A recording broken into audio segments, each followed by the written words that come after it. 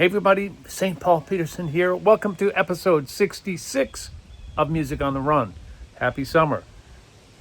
Keyboard player extraordinaire, been on so many hit records you won't even believe his story. Greg Phillinganes is next on Music on the Run.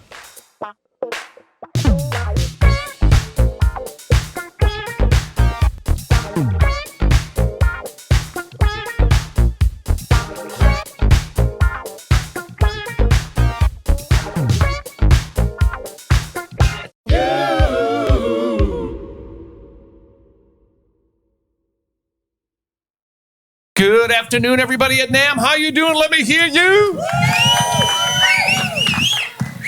So glad to be back here at the Electro Voice booth here at the 2025 NAMM show. For my listeners who don't know what NAMM is, I got to explain it again. It's the National Association of Music Merchants, and it's the largest music gathering of vendors in the country. And it's a chance for all of us musicians and vendors and stores and different things like that to get together and kind of show off what we do. A lot of us are indoorsy and we get to come here and play. It is the one time a year where we get to come together and be together in one place so we see all of our friends here. That is what NAMM is for me, and I have a great time. Have you had a good NAMM so far? Are you ready to go home? Not too bad?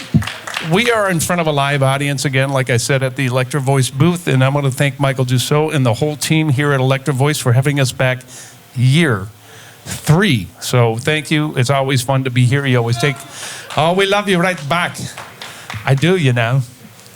It's always fun. You always put on a good show here, and the stuff that you have here is so incredible. So congratulations on all the innovations that you are making. I have been looking forward to this for a long time.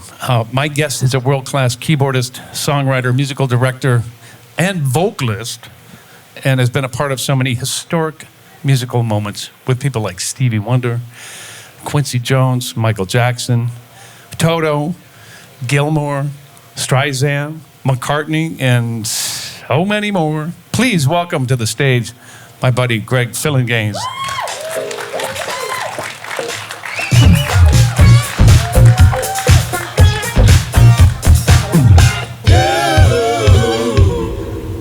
Wait, I got that.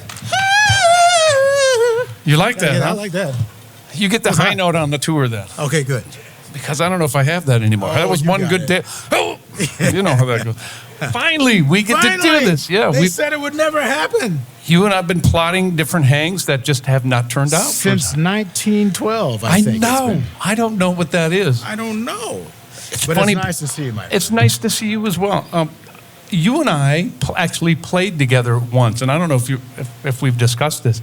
You came on the Donnie and Marie show with Stevie. What? Yes, and I was the bass player on that show. There's footage of that. So you and me right next to each other with Cat Dyson and the whole house band. This is probably 1999. I totally do not remember that. Well, that's good. I feel the same crazy. way. I remember it because Are you sure it was me? Yes, okay. Because you were correcting my bass notes. Oops. Oh, it was me. Yeah. All right. Yeah. No, man, that's not how that goes. Yeah, okay. I was like, what? Yeah, that was what? me. Okay.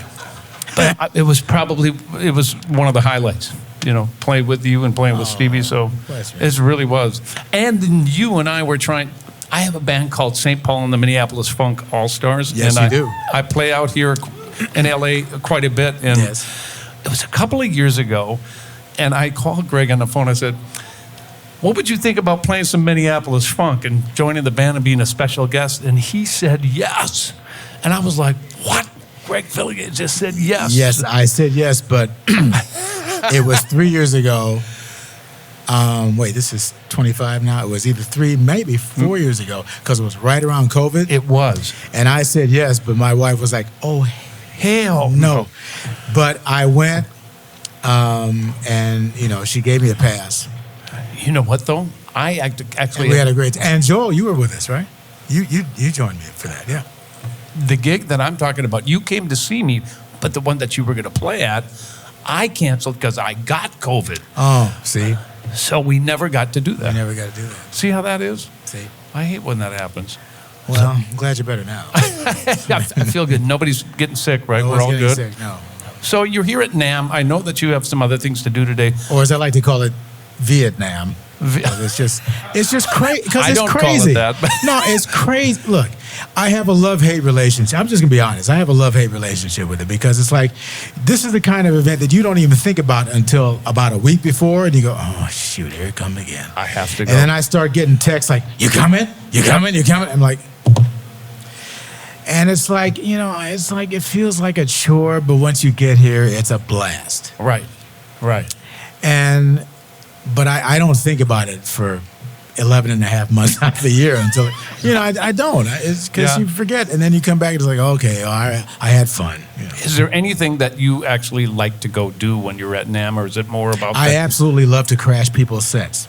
Do you? Yeah. And give me an example. Oh, man. I mean, let's see. Last year, Nate, my buddy Nathan East, was doing a thing at Yamaha with his son. He might be here to throw things at us, by the way. I'd let him know. Well, I got water to throw back at him. And he was playing with his son, and I just stepped up on him. Did you? Yeah. Just say, excuse me, I'll be taking over the organ now. Yeah. I just do that. I absolutely love doing that. If there's somebody I know, I'll just walk up on him. I don't care. But we aren't talking about technology. You don't care about that. I don't care about that. I just care about interrupting people's shows. Oh, well, that's how he rolls, and there you go. Yeah. That's all it is for me. So I have this weekly music series called Funk Friday. We just played one before we started the show. I think that might be one of the first times that we played together separately. Right. I did an FF with you. Joel helped you out, I think. Joel helped me. Yeah, that's when I was first learning Logic the technology of Logic. Yeah. Because I was Logic brain dead before that. I refused to, learn about DAWs because my position was everybody else I know can operate it. Why should I waste my time, right? Yep. I just want to be able to get the ideas out and have somebody else do the grunt work. Well, then COVID hit, and I was like, oh, what do we do now? What do we do now? So then, out of desperation, I called my homie, and he's basically like a brother-in-law to me. It's a long story, but anyway. Yep. Joel, my main man, helped me with the basics of Logic, and I actually came to understand it. Yeah. And then it was like, I know. life change. It's like, you mean I can record stuff at home and send files out to other people? And you did. And I did. Yeah. It was great. Now it's easy now. Well, sort of. Well, it's easier. Easier. It's much easier. I mean, now if I have a question, I at least know how to ask it. and follow through with the answer, right? Exactly. I can understand the answer, yeah. I called you to play on one recently. You said, no, man, I'm out with Gilmore. Well, there I'm was like, that, you're out with Gilmore. Yeah. How long have you known David? Off and on for many, many years, because he was one of the large group of Brits that I met through Eric Clapton. Okay. And so we would be in touch very, very rarely. I mean, it was totally peripheral, but he was always sweet to me, and but we didn't talk very much at all. And then 9 years ago, he asked if I would join him on a tour. And I was like, yes. Yeah, thank you. And he actually had me, replace one of his keyboard players that was, I guess, kind of on his way out at that time. And it was, when I say it was spectacular, because David does not know how to putt. I mean, I'm talking about everything he does is spectacular. And he loves lasers, right? Oh, yeah. Because he got that from, they invented that stuff with Pink Floyd. I mean, they just flying pigs and just, right. And so he asked me to do it, and we wouldn't play like normal places like arenas or not even stadiums. We played places like, the amphitheater at Pompeii. Whoa. The last time there was a live event at Pompeii, gladiators were involved. You know what I'm saying? And the last time Pink Floyd did something, they filmed a live concert at the same amphitheater in Pompeii and didn't invite anybody. A concert for no one? Yeah, they did a live concert and forgot to invite people. They didn't invite any. And you see the cameras rolling around, and it's just the 4 or 5 of them in this empty Coliseum at Pompeii, and they did a whole thing, man. And so David got the bright idea. Said, maybe I should invite some people this time. There you go. So we went again, and this was something like 45 years after the fact. Oh, wow. And we went there, and it was unbelievable. And, his genius lighting designer, Mark Brickman, who's been with them from the beginning. I mean, this guy is... I saw Mark Brickman's work. The first time I saw his work was I went to see Pink Floyd at Versailles, outside of Paris, right? Oh, right. And Mark lit the entire palace of Versailles in pink. I'm like, who does this?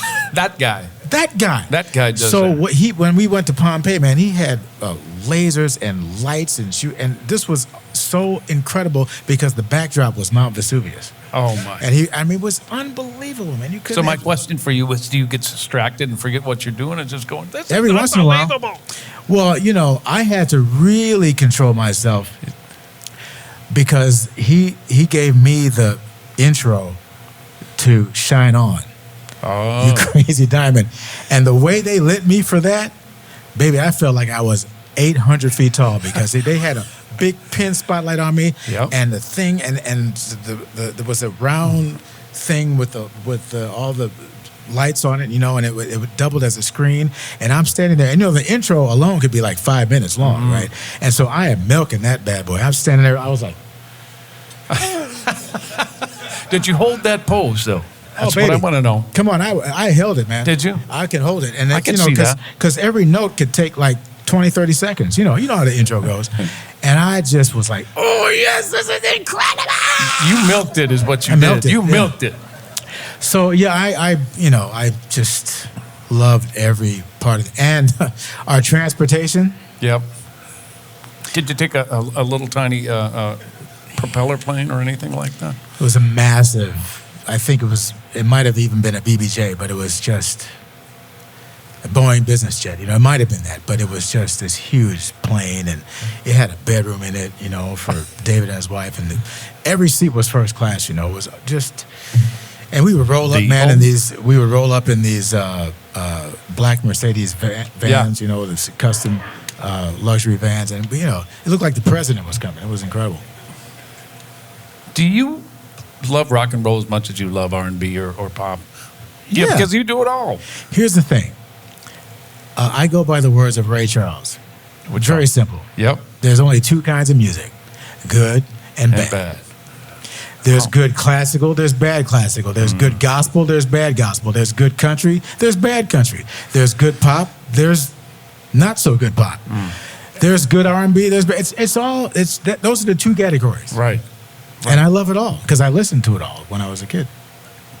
It's obvious that you haven't been put into a box because I've seen other players get put into a box and say, "Oh no, sorry, he's just an R&B based player. He can't possibly play any other genre than that." That's really sad. It is sad, but it's done. But I stand on the shoulders of Quincy Jones, well, who made it his mission to not be in a box. This is the same guy that was told black people couldn't write for movies. They couldn't write scores for. Can you believe that? No, I cannot believe that. Henry Mancini, they asked him. They said, Quincy Jones is doing this movie, and so Henry said, "Oh, that's great." Yeah. And the guy said, "Well, can a black person write for?" I mean, that was a question. That's incredible. That's in our what are you, lifetime. nuts? Yeah. That the last time I checked, the notes don't have any racial problems. No. Last time I checked, the notes. And isn't it interesting that the notes are both black and white? But I digress. Anyway. No, but I think that's very true. Yeah. See, they can get along together. I figure if the notes can get along together, we don't have an excuse. Not as musicians, because our job is to bring joy to those who listen. You got to understand, this ain't just a job. This is spiritual. Yes, sir. We belong to God. Mm-hmm. God invented music. Who was the chief musician in heaven? Before he fell, it was Lucifer. Ooh. He was given a bad rap, but he was the chief. He was the minister of music. And that's where it starts. So we have a huge responsibility to project God's love because it comes from him. This is one of his greatest forms of communication. So this ain't just a job. This is a responsibility. And that's one I take very, very seriously. I think, let's give him a round for that. Yeah. I'm so glad you brought that up because I think it's, like you said, it's our responsibility. And I think if musicians would look at it more on that level, there'd be a lot more healing going on. Oh, no question about it, you know? And so don't limit yourself. Don't say, well, I only play this or I only play. You know how much music is out there? Especially these days with this? Yes. Are you kidding me? Yeah. I mean, you can research, music from the Ivory Coast, from, Liberia, Ghana, from China, from, And go to school on it. And go to school on them. And there's so much out there. There's so much We're always learning. We're always learning. I mean, why would you limit yourself, I think people get afraid. Well, I understand that. Yep. They're like, I don't know if I can do this. I understand it. I have certain reservations in certain areas myself. I mean, and look, I know that there are kids who could mop the floor with me. But so? Yeah. I mean, what am I going to do? Stop? I mean, when I hear a kid like Jacob Collier, I start thinking twice. Maybe I should start selling shoes. But the thing is, but I felt that way when I first heard Herbie. What are you going to do? How about this? Go work with him. I did. I know. That's why I brought it up. Oh, man, getting in the ring with Herbie. Okay, let's just go right there. Well, how was it? First of all, you know Herbie. I know. I've known him for a long time. He played on one of my solo albums, bless his heart. Pulse, which one? It was... the first one or the second one? My gosh, I think it was the first one. I think it was Significant Gains. Oh I can't find that, and I need to find that. Well, I think they're on sale at a flea market in and Peru. Van Nuys. No, Bali somewhere. How do you fit in? You've worked with a lot of keyboard players. Stevie, Well, Herbie. I started with him, yeah. Yep. So how do you? I know that you're confident in what you do and what you bring to the party, but when there are multiple keyboard players in the room, what's the discussion that takes place? No, I mean, well, the thing is, I haven't actually worked with that many keyboard players, but starting with Stevie, he always had a keyboardist, an extra keyboardist in his band Wonderlove, right? Okay. Yeah. But at that time when I joined his band, this was 70. This was mid-70s. It was 75. Okay. So it was mid-70s. So the thing was, and Steve was obviously huge, flaming hot, and he was working on a little thing called Songs in the Key of Life. Yeah. So at that time, people were like, "Well, we know Stevie plays keyboards, but who's that guy? And if he's playing with Stevie, how good must he be?" So that was the thing that got me more work, But with Herbie, I mean, Herbie, God bless his heart, he asked me to join him in 2010, and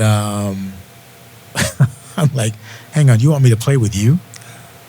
And it's like getting in the ring with Tyson. It's like, "Oh, you think you can box?" Oh. Yeah. And you get smacked before you even know what happened. What was your role? Well, he was so gracious, though. And my role was, playing auxiliary parts, like horn parts and strings and so forth. And it was a significant job because it freed him up. Because a lot of times he plays everything himself. Like he'll play the main parts and then he'll reach over and play an auxiliary horn part. But I got to do all the horn parts to fill it out. So he was just free to be the beast that he is. Yeah. There was this thing that we did. There was this vamp that he came up with in, I think it was Tell Me a Bedtime Story. And it was really complicated. It was a different time signature and had all these insane changes.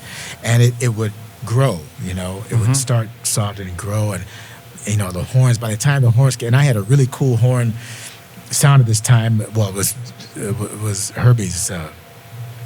Sinclair or no, it was his custom patch that he had done. Okay. And I'd play these things and it'd creep up, and you'd start hearing muted horns, and then it'd go into the full blown pop, pop, pop, and he's in the corner just going. Well, wait, and it was so much fun. Yeah. Well, I know why he has you in there, because it freed him. Oh, exactly. If we get him to just solo knew. and be himself, and Yes. I can do the Harmonic stuff. the grunt work. It was certainly not Yes. that, but I could do all the harmonic stuff and all the support sounds I was doing. For you to have his back must have just been great for him to be able to go, I already know this is going to be great, so let me go over here. It had to free him up. It was 100 times greater for me. Oh. because it was like I had the honor of backing him up, and then he returned the favor for me because he also wanted me to sing. Oh. And I sang 2 songs in that set. Oh yeah, and the first one was. Well, sure you did. You're a great singer. Stop it! But Come the on first one was "Don't Give Up" from Peter Gabriel, and he had me sing that one. Yeah, and I'm gonna walk out of here. I can't take it. I did that part. Yeah, and then he had me sing "A Change Is Gonna Come." Oh. But this time I got to walk down front and the lead stand in singer. front of him. So he's accompanying me. It was crazy. Oh. And we did that all over the place. We did it at Carnegie Hall. We did it at the Nobel Peace Prize concert. And we did it at the Bowl. You did. We did it at the Hollywood Bowl. Is the bowl special for you? Always. Yeah. Always. Always, always, always. Is it more special than Madison Square or? Yeah, because it's my Madison Square. I hear you. You know what I'm saying?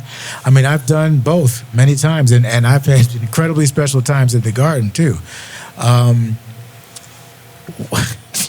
One of them was the 30th anniversary show with the Jacksons. Okay. And one of those shows was the night before 9/11.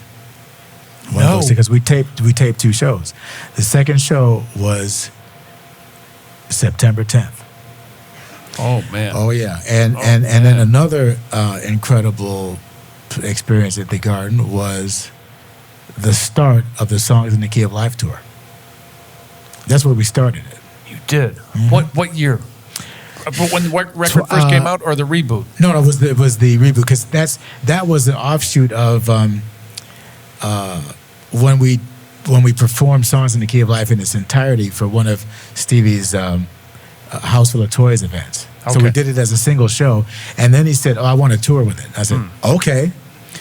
So that was, I think, 2015. Little John on that one? Yeah. Okay.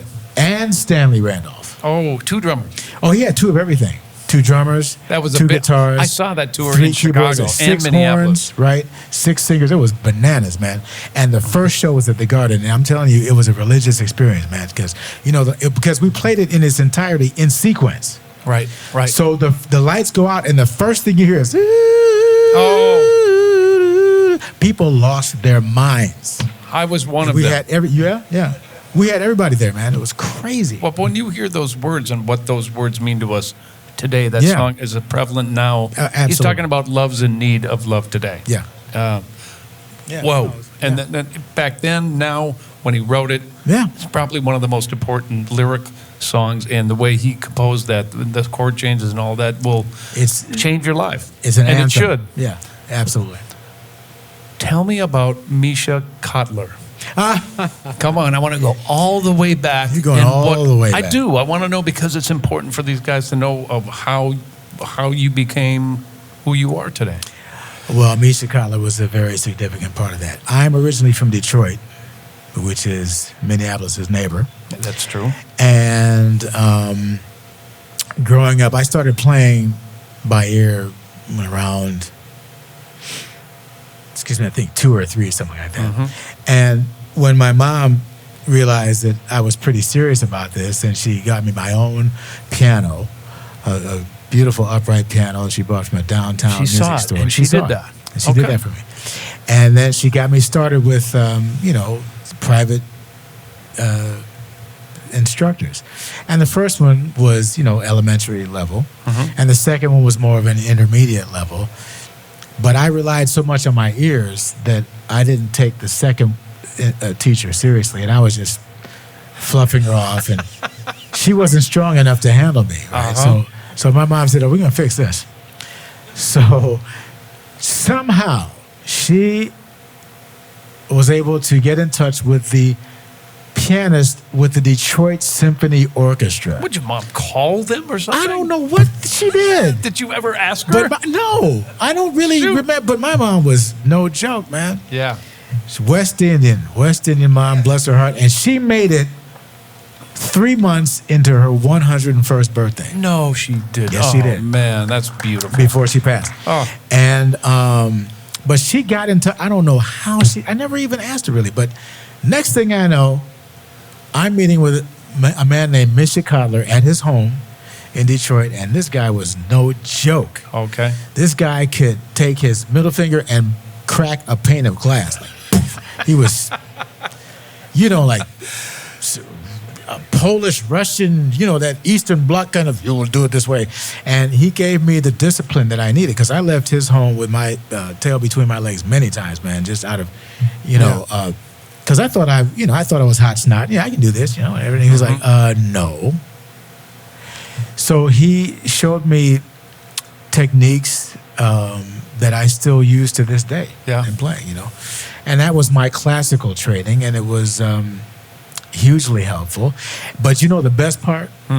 When I got the gig with Stevie, I was able to go back to his house and tell him. You did? I sure did.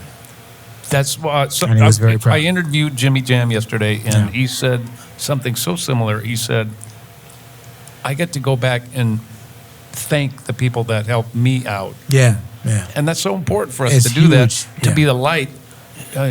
We all need to be that for each other in this world. But you did that. You got to do that. I got to tell him, and he was proud. He was like, it's so important. I got a chance to do that with Prince. I got a chance to do that with Sanborn before he passed. Just said, nice. Thank you for taking a chance on a knucklehead like me to be in your band for that many years. So it feels good to do that, and that you people should do that.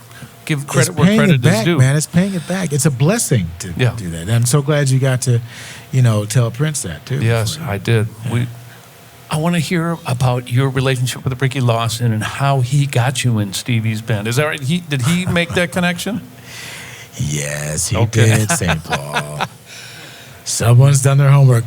Because I've told this story about now 457,000 times? Yeah. Okay, well, give me the short version, because I got other stuff for you. Okay, good. No, listen, it is my dream to do a documentary. I'm telling you all first. And if that happens, you will get the entire story. That and about another 999,000 other ones that I have. It's going to be, if this ever happens, it's going to be a long documentary, because it's been an unbelievable life. Yeah. But I'll try to give you the abridged version. Ricky Lawson, dear friend of mine, drummer, also from Detroit, of course. He was first asked to audition. He was. For Stevie, yeah. Okay. In New York by a former band member. So the night before he left, I went to his house because I was very tight with Ricky. So this is not in Detroit. This is in it is in Detroit. Oh, it's still in Detroit, yeah. We were both in Detroit, and we were very tight. We played in a band together. I used to go with one of his sisters. One of his sisters was a girlfriend of mine. Oh. Yeah. And so we were very tight, knew the family and everything, So the night before he left, I was, in my excitement, I obviously went to visit him and congratulate him. And, we're in the basement, he's packing and everything. And he insisted that I play some things on a cassette. And he would give the cassette to Steve. That's the kind of friend he was. Wow. That's a friend. Always that ever. You know what a true friend is? Someone who will pick you up at the airport. If they won't do that, that's not your friend. Remember I said that. Yeah. That's how you judge your friends. Will so-and-so pick me up at the airport? No. So,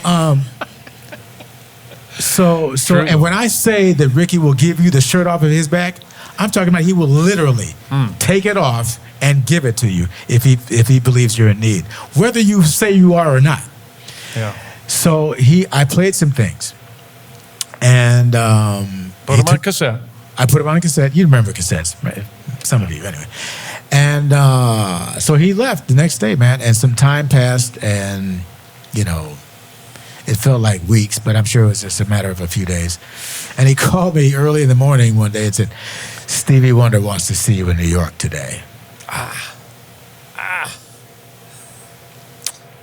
What do you do? So I'm flying around the house getting my stuff together. You know, my mom was like, "What is the matter with you, boy?" I said, So she said, "Okay, just make sure you have clean underwear." Thank you, Mom. Because, you know, you could be dying in the middle of the street getting hit by a bus. All they want to know is, are there any tracks? They don't care about what, you know. So I go to New York and I get settled at the hotel.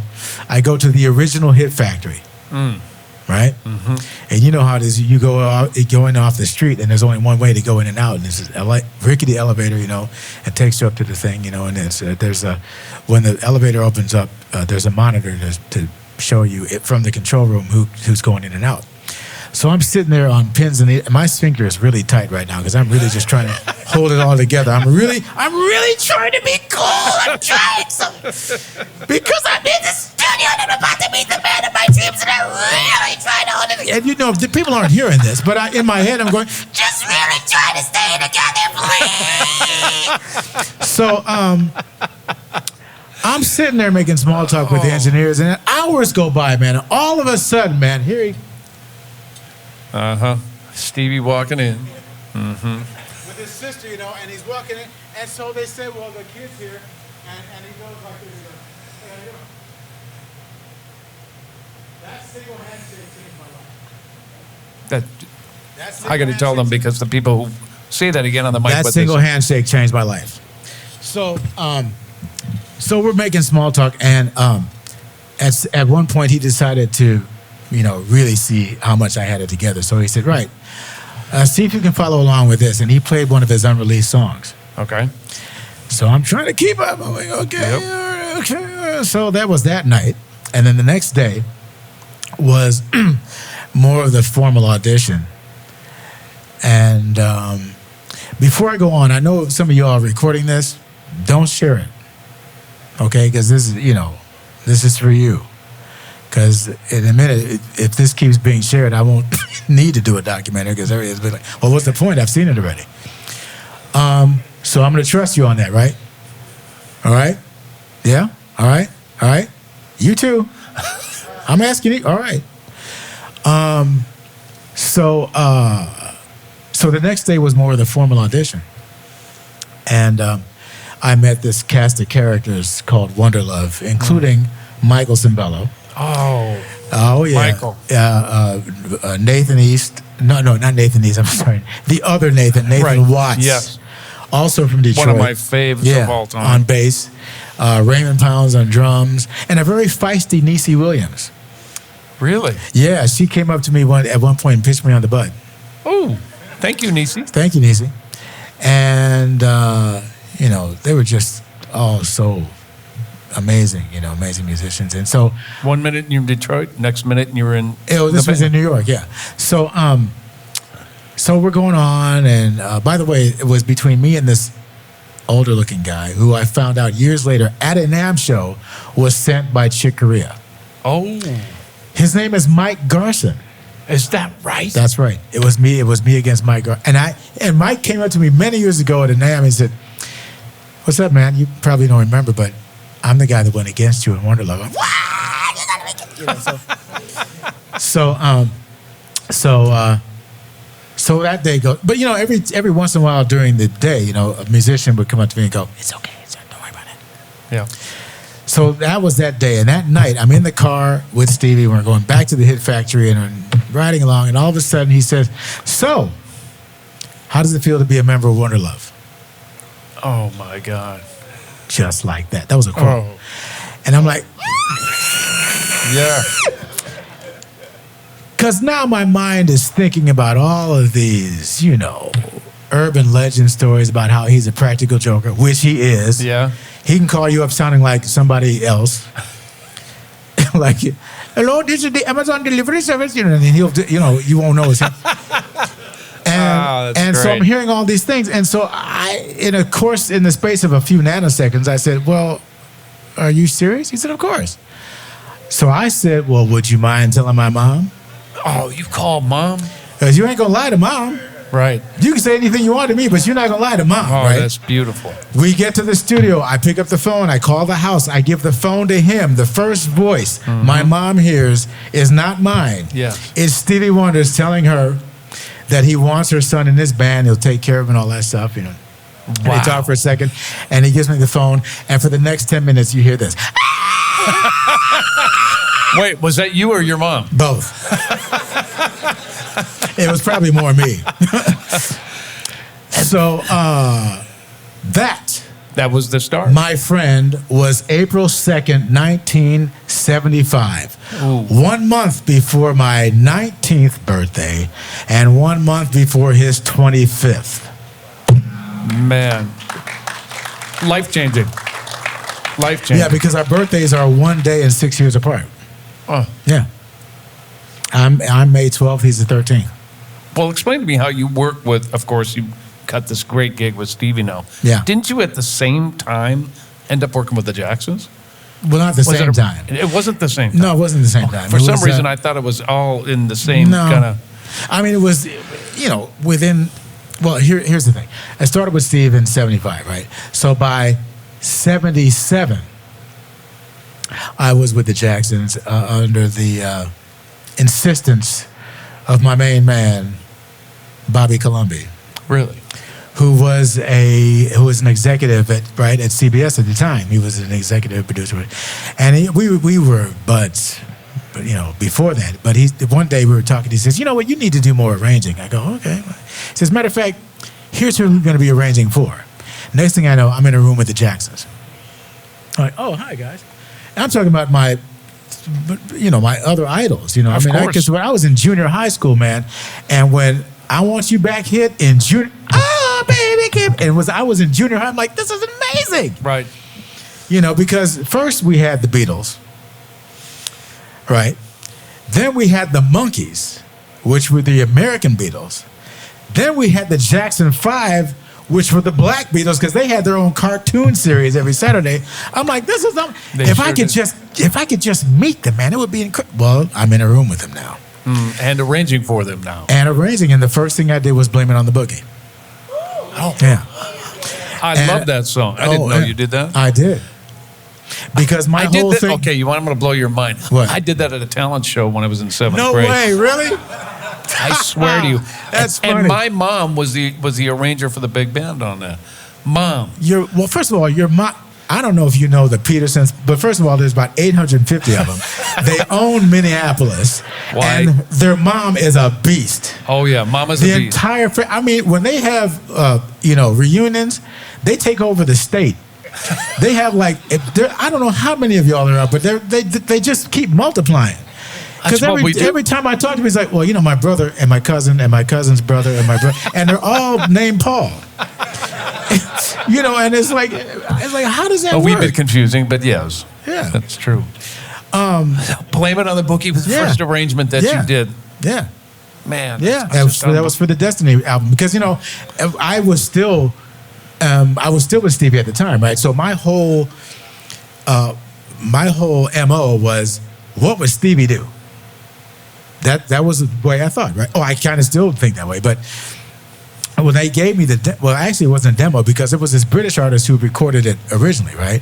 I forget the name. I'm sorry, but it sounded a little different. You know, it was more like it was kind of it was kind of like like that. So I thought, well, what would Stevie do? Well, first of all, he's got to make it funky, right? Right. So I came up with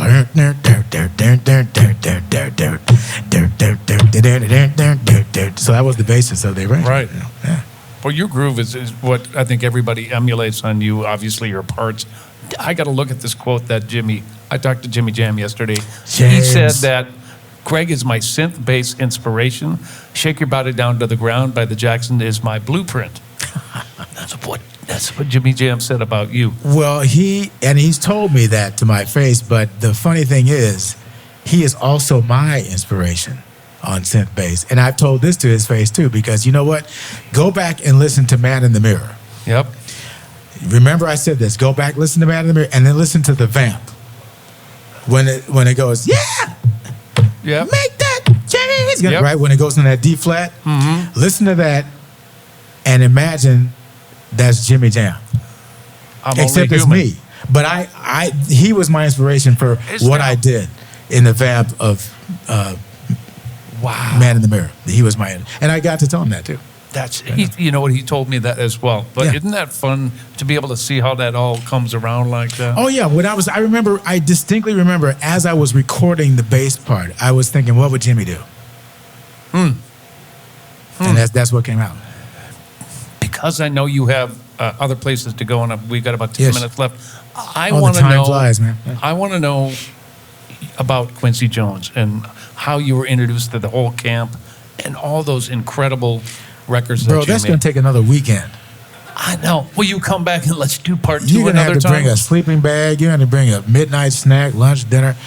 Here's the thing. Try to encapsulate this in a couple of minutes, which is impossible. Well, I know. But, part 2 is coming. Yeah, this is why I can't do a documentary, because everybody's talking about part 2, 3, 4, 5, 6. But anyway, we got to know. I know, but the thing is, well, just be patient, because it's hard, man. I almost did my Jerry Lewis right there. It's hard being me. It's hard. That's because you've done every great gig there is, yes, right? By the grace of God, I can tell you that. Yeah. No, because you are incredibly talented. Your groove is unbelievable. I was telling this. And guess who it came from? It came from God. Of course it did. But you're using it all in the right way, and you don't. I hope you realize how many people's lives you affected through your music. No, I'm not kidding. Number one. Number two, it's people who aren't musicians, the way you move them, the groove that you have to make them dance and free them up for 5 seconds so they can just get out of their own lives. Yeah. And musicians who have stolen absolutely everything, like me. But it's true. I mean, I hope you know the impact that you have made. Now, my quick Quincy story. Yes. Yes. Well, look. It's so hard. Where do I begin? Okay, I met him twice. First time I met him, I was still in Detroit. I hadn't left yet. Okay. So this is before I joined Stevie. The first time I met him, he was in town for a record signing of the album "You Got It Bad Girl." That was a sexy album with him, you fold it out and it's him in the black leather suit looking all pimp like. So so I came. I did school early, and I went to this department store to meet him, and I bought a record, and I stood in line and met him. It was at a thing, something like this. He's sitting here at a desk, looking kind of high up, and I'm, "Hi, Mr. Young," and I told him I was a musician, and he asked me what I played, and I told him keyboards, and first thing he asked me was if I have a Fender Rhodes. Okay. Yeah. And I said, I don't own one, but I get to use one in the band I play in. And he said a couple other things, and he was so sweet. And do you know that up until the day he died, he still remembered that? Really? Yeah. He never forgot and he's written notes to me about that. He's always remembered the first time we met. And the second time we met, I was with Stevie, and he brought me on to, I can't actually remember how the second time was. It was here, obviously, somewhere. But shortly after that, he had me work for him. So the first thing I did for him was something that he was co-producing with Herb Alpert, because I went to, it was at A&M. Okay. And it was for this singer, a male singer. And the song was called The Best Thing. It was a single. And the singer was Billy Eckstein. Oh. Wow. You can't That's make a good this up. start. You That's a cannot good make start. this. That was the first thing I did for him. And you did a couple other records with him, did you? He would every once in a while have me come back. He would, yeah. There was a thing called The Dude, and then there was a thing called Off the Wall, and then there was a thing called Shake Your Body Down to the Ground. No, but he didn't do that. That was the Jacksons. But then That was the Jacksons? Yeah. But then there was a thing called there were Patty Austin records, and then there was maybe a Thriller record, and then there was Bad, and then there was a lot of Back on the Block, and then there was a lot of musical Q's direction. Juke Joint, and then I'm sorry, It's true. There was a hell of a team that was there, though. No, it was unbelievable. who were the main characters, or did they shift, or was there a main? There was a main group of us that, Q called the usual suspects, and that was JR on drums, Yep. and either Louis Johnson or Nathan East on bass, Right. and Paul Jackson Jr. on guitar, and Paulino DaCosta on percussion, and but there were others, there was Neil Stupinhouse on bass, Right. Jerry Hay was Jerry was a major proponent. He's the one that did all those sick horn parts, and arrangements and everything. And everything, man. And he worked so well with Rod Temperton, Yeah. But even on Michael's stuff, like on Speed Demon. You remember Speed Demon? Well, who came up with that sick horn line? It was Jerry Hay. Really? And it was so influential of the song that he got part writers and publishing. Because try to imagine Speed Demon without trying to imagine without that. So it was an amazing bunch, crazy cast of characters, and we had so much fun. Did you? He made making records fun, huh? Oh my gosh. It was so much fun because you knew when you were called to do a Quincy record, two things were going to happen. You were going to have much fun, Yep. and you were going to eat well. You know who did that too? George Benson's producer for years, Tommy LaPuma. Oh my gosh, Tommy was great. Eat Yeah. and have fun. See, these were the OGs. I remember I wasn't even working with Tommy one time. He just had me meet him for a meal at a restaurant. Mm-hmm. Come over for Italian. He would do that. Well, he said, I got this nice Italian restaurant in Brentwood. Come over and meet. But that's how they operated those days. It was just wonderful, friends that the relationship extended beyond working in the studio. It was a community, and they were lovely, lovely, solid, soulful people. People like Tommy LaPuma. Oh gosh. Oh, Phil Ramone. Phil. Yeah, Uncle Phil. Phil Ramone, and there was my other man, Arif Martin. Oh, yeah. Please. I never got to work with Arif. Oh, he was lovely. Yeah. Wonderful. We have to go, but before you go, I need to. First of all, I see your kids out here. You are My a family kids, man. I'm a family man. I brought my sons, one who's asleep and one who's still on duty. Hey, you're doing good back there, by the Well, way. they're supposed to be my security, but How's that working out for you? well, the one who said he was going to be my security is asleep, so I guess that's not working out too well. What's the most important thing about making music for you after all you've done? What's the most important thing about making music today? That I maintain my integrity. Okay. Right?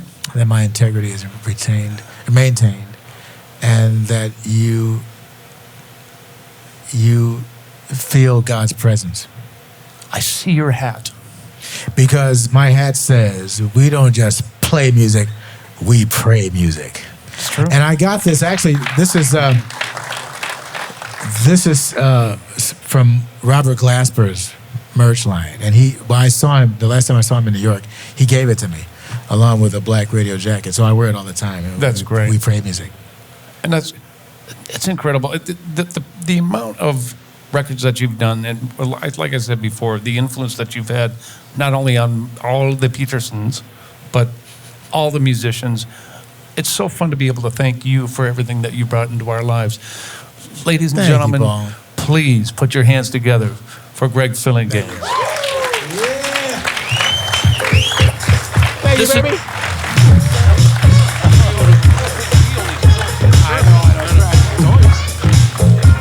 I want to give you this from Electro Voice. This is an RE20 Black as a gift for us to say thank you to you.